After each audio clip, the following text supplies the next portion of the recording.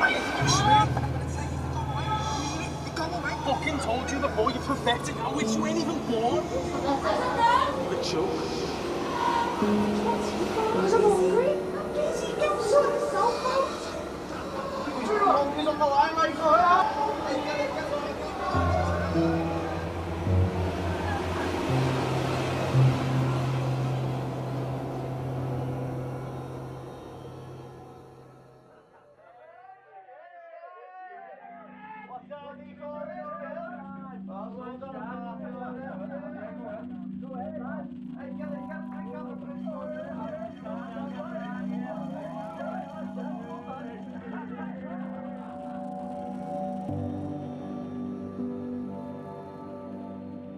At 6 years of age when it was going on, and then it continued. So it stopped around 10. I honestly think there was too many sick people in the family, and that I was the black sheep out of the family. So from a young girl, I've always felt the off one out of the family, never fitted in. I can remember interviewing Chantelle, and really interview's the wrong word, it's much more like we have a conversation and a dialogue, and realising that she was in a really unsafe situation. With the background the way it weren't healthy, and how I was acting on the streets weren't healthy. So I didn't see a healthy childhood. Chantelle was really volatile at the time, and I can remember talking to her on the Friday and talking to staff and saying this young person situation is really dire. A lot of traumatic stuff went on from a younger age, and there was sexual abuse in the family, and how I expressed it was in anger on the streets. I didn't know how to express it in any other way but to bring that anger out.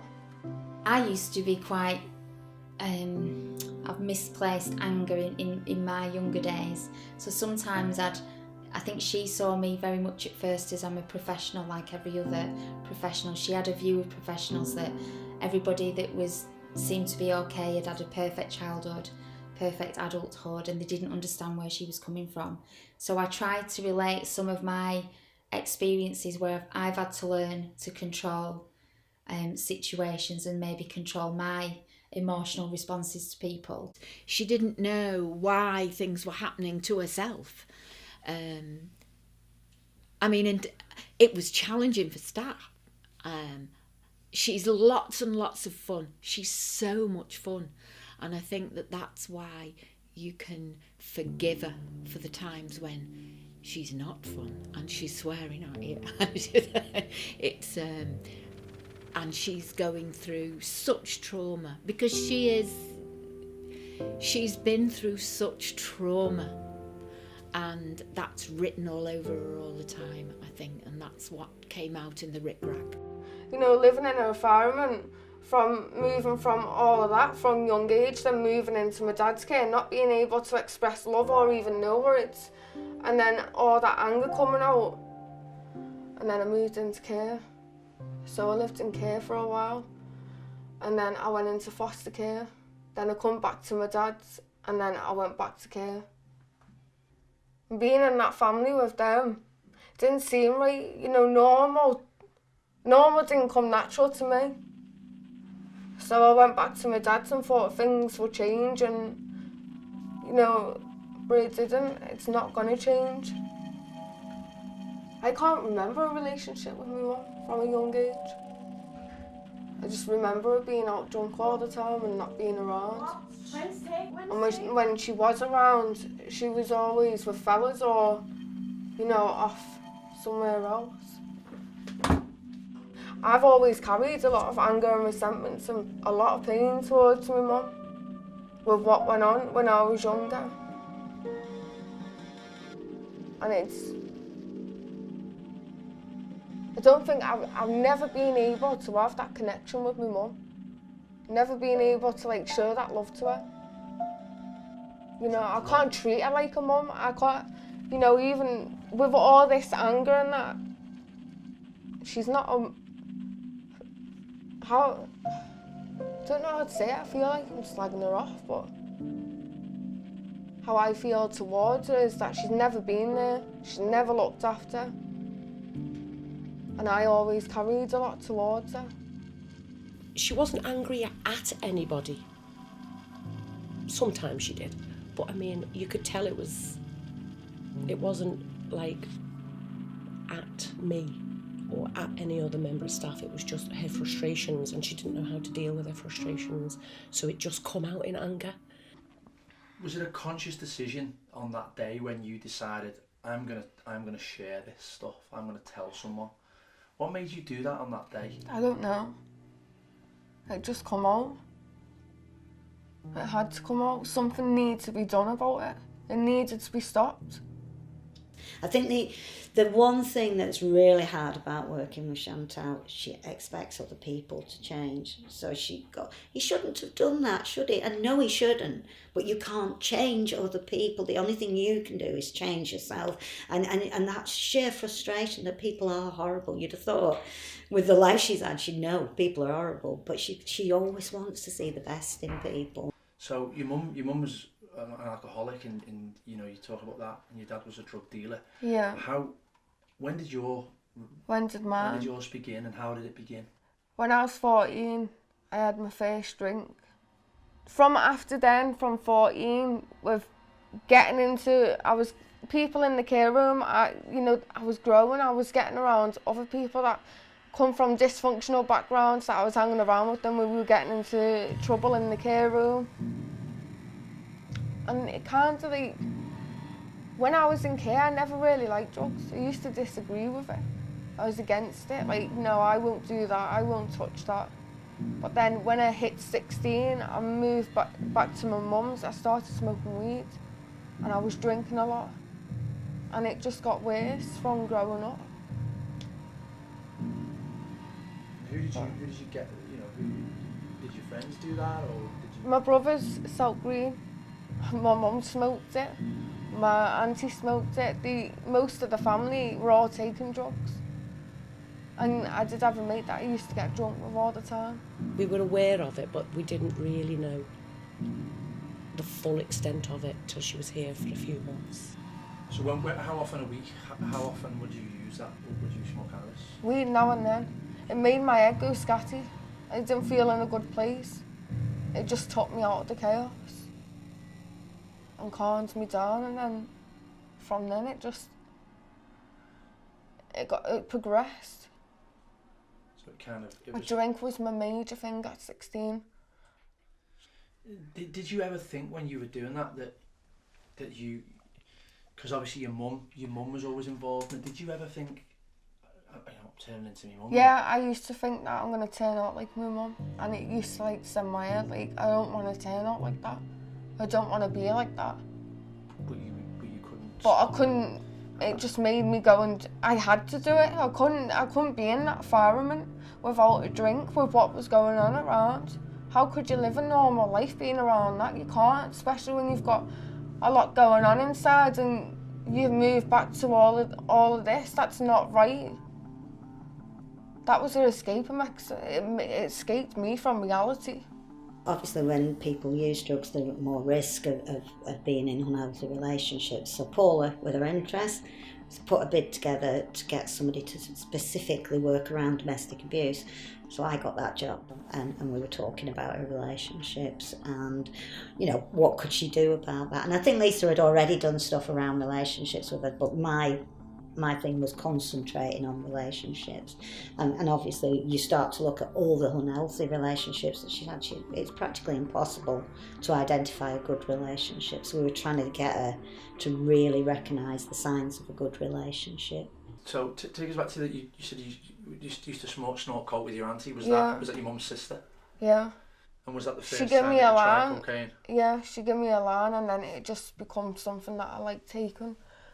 And then to get me out of that situation, through going from the drink to the weed, going to coke become a major habit for me.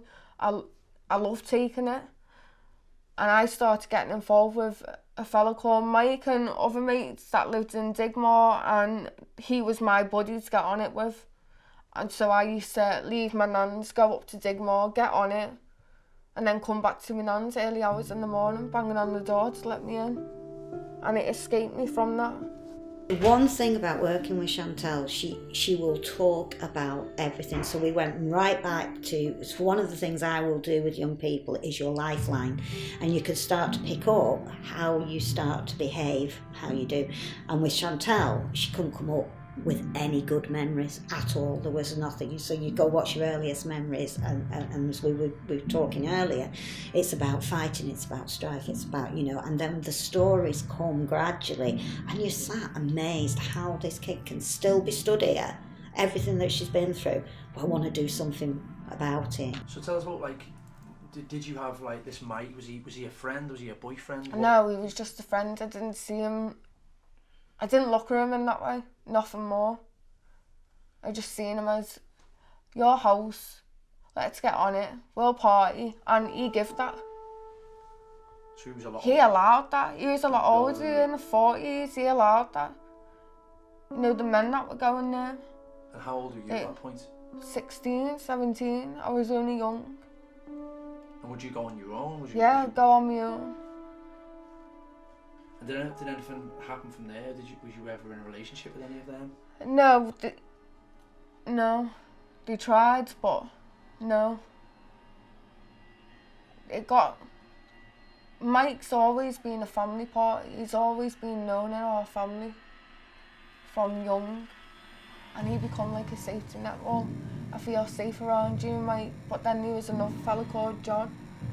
He tried to get in, and, you know, when you're on that stuff, you'll do whatever it takes, take advantage, you know, and that's where it leads to. So I used to get a buzz off actually going up and using them fellas. I know it sounds bad, but that's where it took me, and it just become a habit. I had power over them, and I liked the power I had. I felt in control, like I had control over you. You know, she's been knocked down so many times, and the stories, you know, she'll have told you that. It's not for me to do that, but you sat there and it's, how can one person go through all of that and still be sat here with this positive fight to try and do something else? So was that the first person you'd kind of, obviously apart from the initial one, was that the first person you spoke about this sort of stuff to? Mike, he was like someone to get out, someone that can listen to me. It come to a point where I was getting up for college. You know, sometimes I'd go into college with a couple of lines up my nose and stones, but it got progressively. So while all that was going on, and while I was living at Nan's, I used to sleep heavy. Nan couldn't wake me up. She used to scream at me every morning, scream all the time, and it took to a point where I'd woke up and I'd come down and called her son a paedophile, and she attacked me, and then I rang the police, and that's how I got into the family centre. We'd arranged for Chantelle to move in on the Monday, but I made all the staff very aware that the situation was so volatile that it could change at any time. And lo and behold, on the Saturday morning, I got a call from the police to say, we need to bring Chantelle now. And it was like, wow, this has happened for a reason, and I've removed into there. When I think back now, she's just so vulnerable, barefoot, hair all over the place, vest top on and a pair of pyjama shorts and a bag of dirty washing. That was Shan. And she needed a place of safety, basically. Somewhere where she could just calm and breathe out before taking the next stages in her life. I felt like I'm out of it. I don't have to put up with that. I can get on with my own life now. I can see something going further. Even though I'd been removed and put into that safe environment, I was arguing with a lot of girls in there. It just got, you know, I'd be sat at the table and there'd be like 2 to 3 girls sat at the table, and I'd be arguing with all of them, like telling them to, you know, put my mouth straight across. That buzz and that high I used to get off arguing with people in there. She was so, I mean, I don't want to say unstable, but she was explosive. And, you know, staff understood me. They listened to me. And all my life I wanted to be listened to. And they did. They sat down and they listened. And they put an awful lot of work in.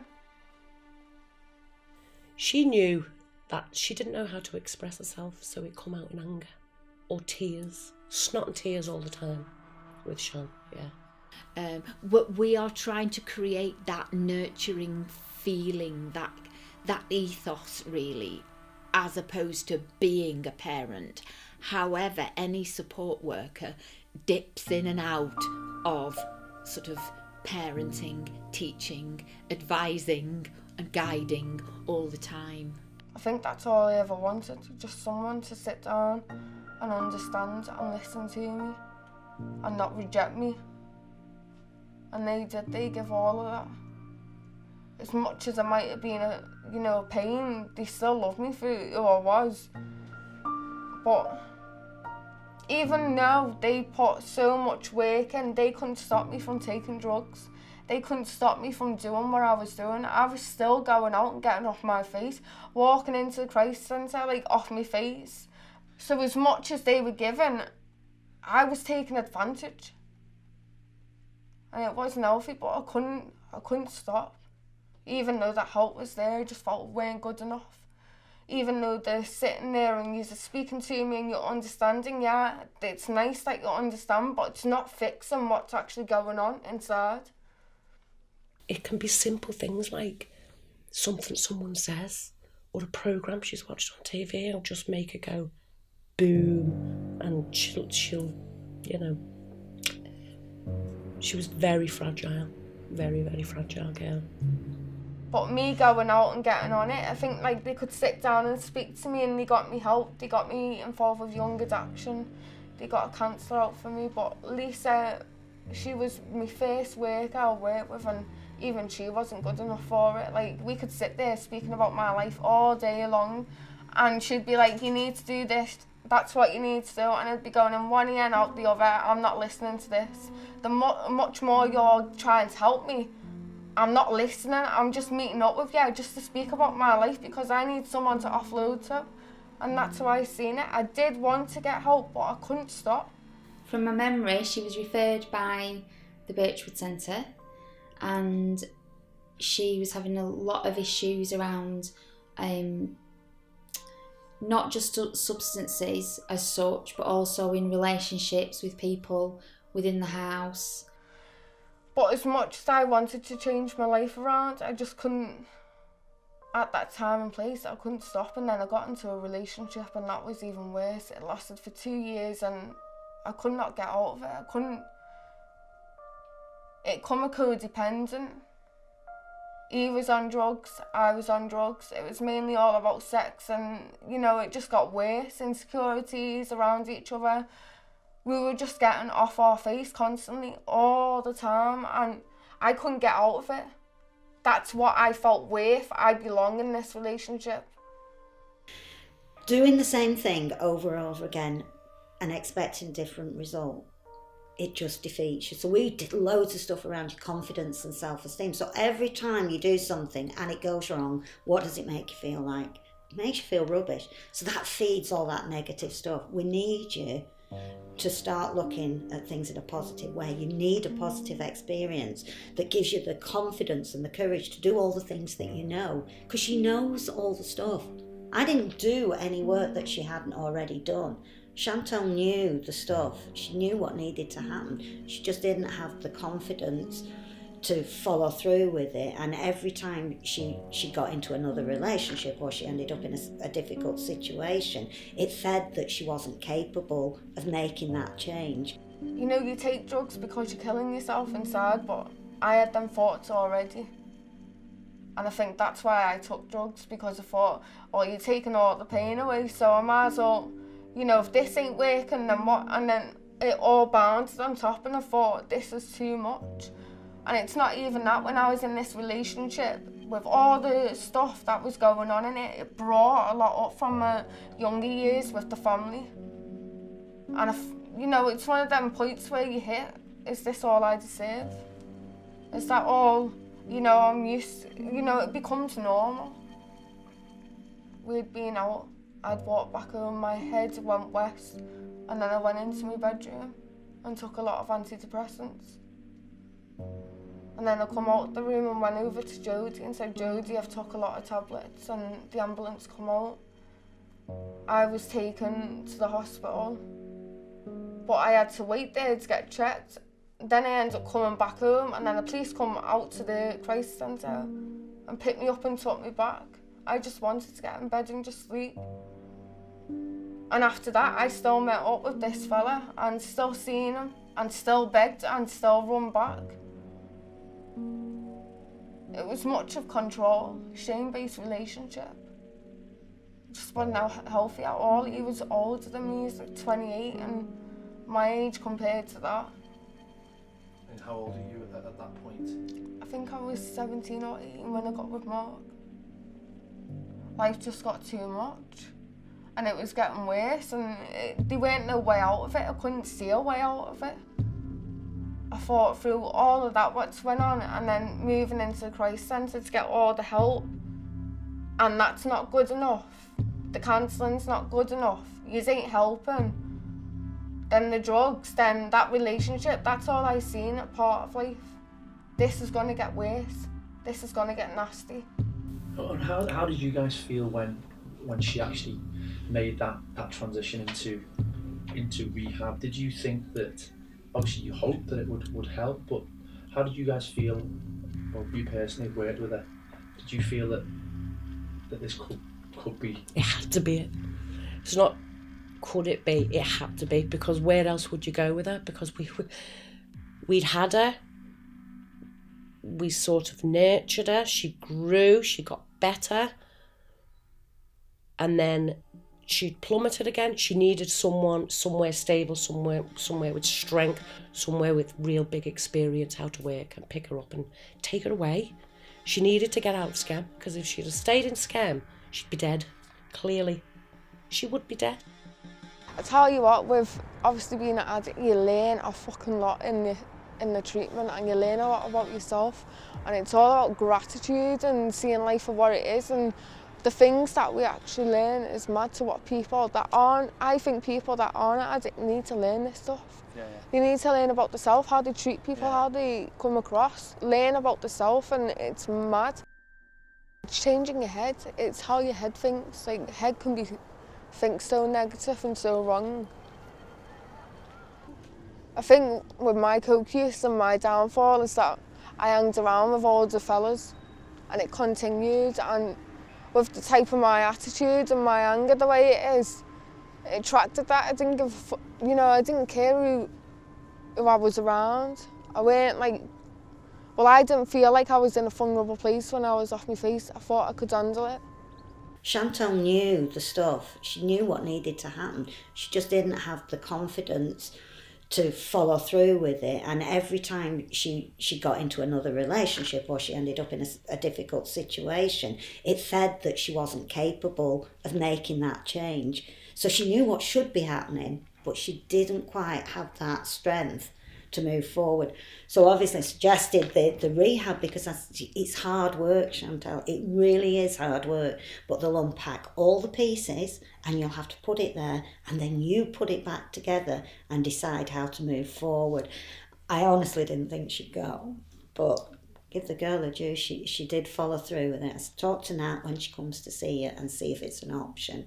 And I knew she had a bit of a thing about rehab, because we'd been on a residential and one of the younger girls had been in rehab already, and she went, I'm not as bad as her, I've not had to go to rehab, have I? And it's like, that is irrelevant. Rehab isn't just about stopping taking drugs, it's about changing your life. Chantelle can stop taking drugs until something happens, and then she'll go back into her old patterns. When it's good, it's fantastic. But she needed to make the change to move forward and do things differently. Who told her that she had been accepted into there? Was you involved in that? Yeah, they rang me to let me know that she'd been kind of accepted, and then I gave Chantelle a ring to let her know that she'd been accepted And what was her response to that? Oh, so happy. She was absolutely thrilled to bits at that, definitely. She just kind of wanted to move there and then. How long was that? How long was you in that holiday house for? 5 months, maybe over 5 months. You never left? Never?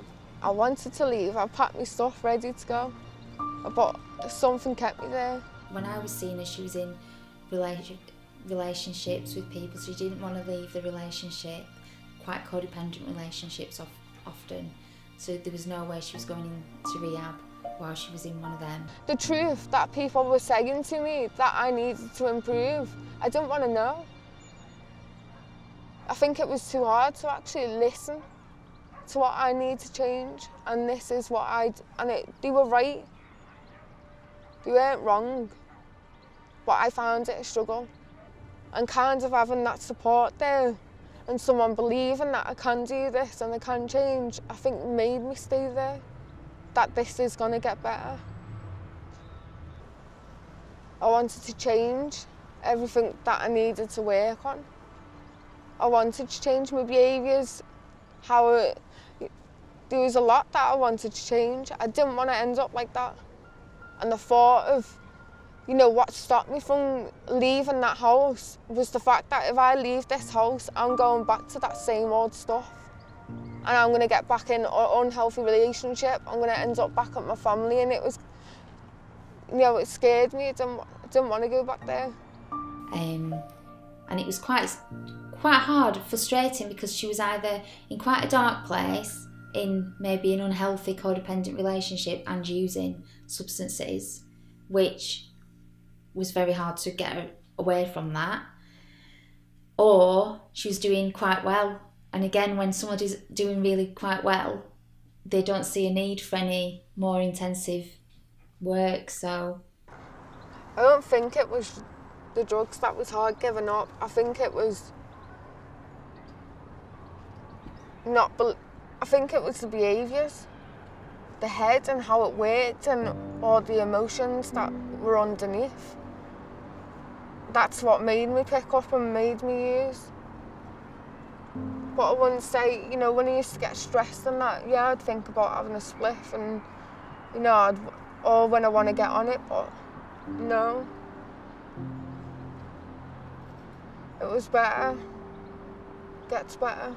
Not necessarily Chantelle, but some people, it can't come from them if they don't know what's wrong.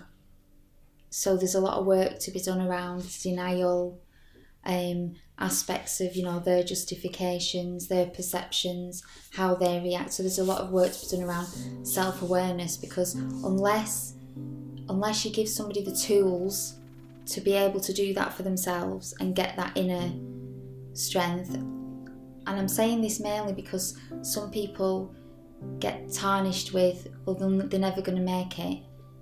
And I don't think you can say that about people, because maybe they're not going to make it if they don't get the tools and are supported to use those tools. So it's about how people work with them, I think, and giving them opportunities. And then maybe they can make them decisions for themselves of how they want to proceed with it. It's about being powerless over other people's behaviours, but I knew it was getting worse, and it would make me cry, because I'd be asking people, how do I control this anger? How can I work on this? And it was further on within 4 months that I started to realise that this needs to change. I don't want to be like this. She's saying this guy treats her better than other people. Of course he treats you better. He's getting you to do what he wants. He's giving you drugs and so forth. But you have to expect something much more. And you do that when you work with lots of young people that are in abusive relationships. They tend to go from one to another. And they have this innocence that it's okay because it's better than the last one. Instead of expecting the very best. because they're not beating me up or they're not hurting me on a daily basis, it's better than the last one, so it must be okay. We've got to get to the stage where you want the very best, and that's where that conversation comes from. I said, I think you need to look at rehab. But I can stop. I said, yeah, but you can't maintain it.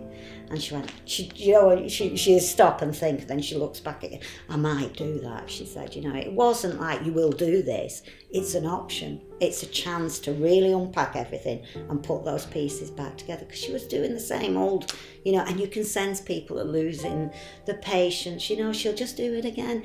She keeps trying, so while she keeps trying, it's worth keep coming up with a different approach. And that just seemed like, I have seen people that have been through rehab that you think would never ever make it, and when you see how much it can impact if they allow it, it was worth a try. And I just thought, for her, it was something she could try. After sort of 6 months without, obviously you've had no substance for 6 months, and you've been through this kind of journey. How did you feel when this kind of program was coming to an end? I felt great when it was coming to an end, and when I was getting out. I couldn't wait to get out. I was ready. I wanted to leave. But it was a leave for a different reason, though, wasn't it, this time? It was leave for a better life. And I knew when I got involved with the Amy Winehouse, when they had taken me, it was like my heart felt so that was the right place. And I knew there's so many months that I stayed there, and what I learned, I understood that. I don't have to pick up and I don't have to use. I've just got to deal with me, what's going on for Chantelle. It's not the substance. Why I used, I understand that. And I don't believe the disease of addiction. It's my head, how my head talks, how it affects, is that I need to control that head and that mind and my feelings. But it did. I couldn't wait to move on. Lisa had already mentioned it to me, but after when that court case went on and that I was ready for packing and leaving, Lisa come out and sat with me. And she said, Chantelle, if you do the 4 months here, you can go to London. We'll get the application done. And she was right. But it was quite emotional, really, because, we worked with her for such a long time, probably a good 5 years on and off, and even though I've not worked with her all them times, I've known her for a long time, and it was emotional because she's moving to London and it's such a big step to take, and she was such an inspiration, so it was an emotional kind of journey down, because she was doing a lot of reflecting and talking a lot about the past and about the future and how things are going to be a lot different down there.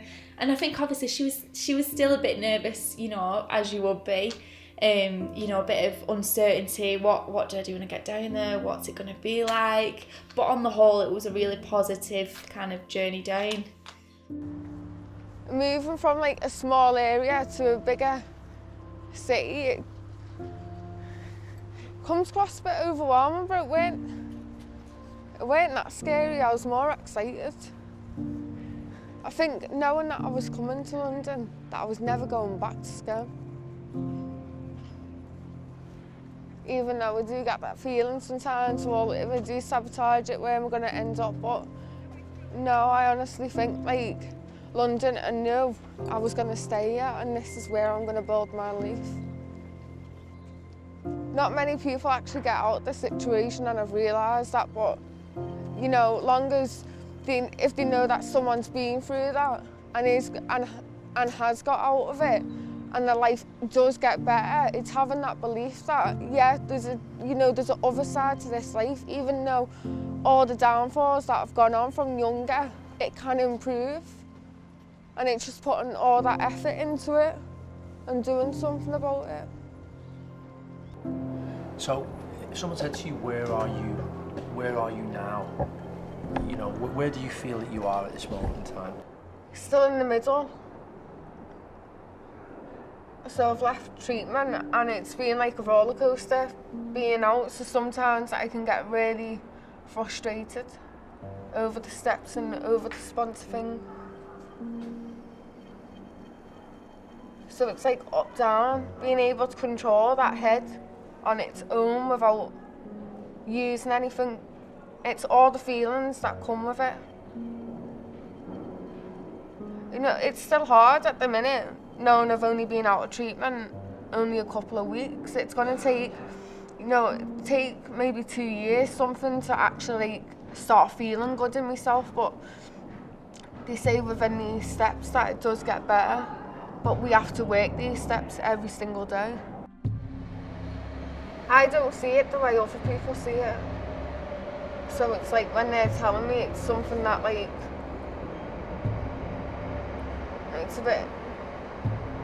it's hard for me to see to where I'm at today than what other people can see.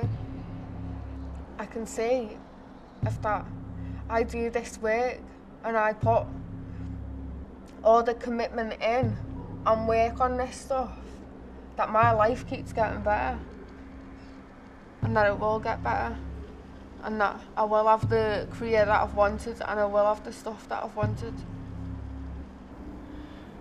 And what would your message be to you know, to any other people, young people who are in a similar situation or somewhere along the journey that you've been on? What would you say to them if you could? Is keep fighting. Is keep getting the support.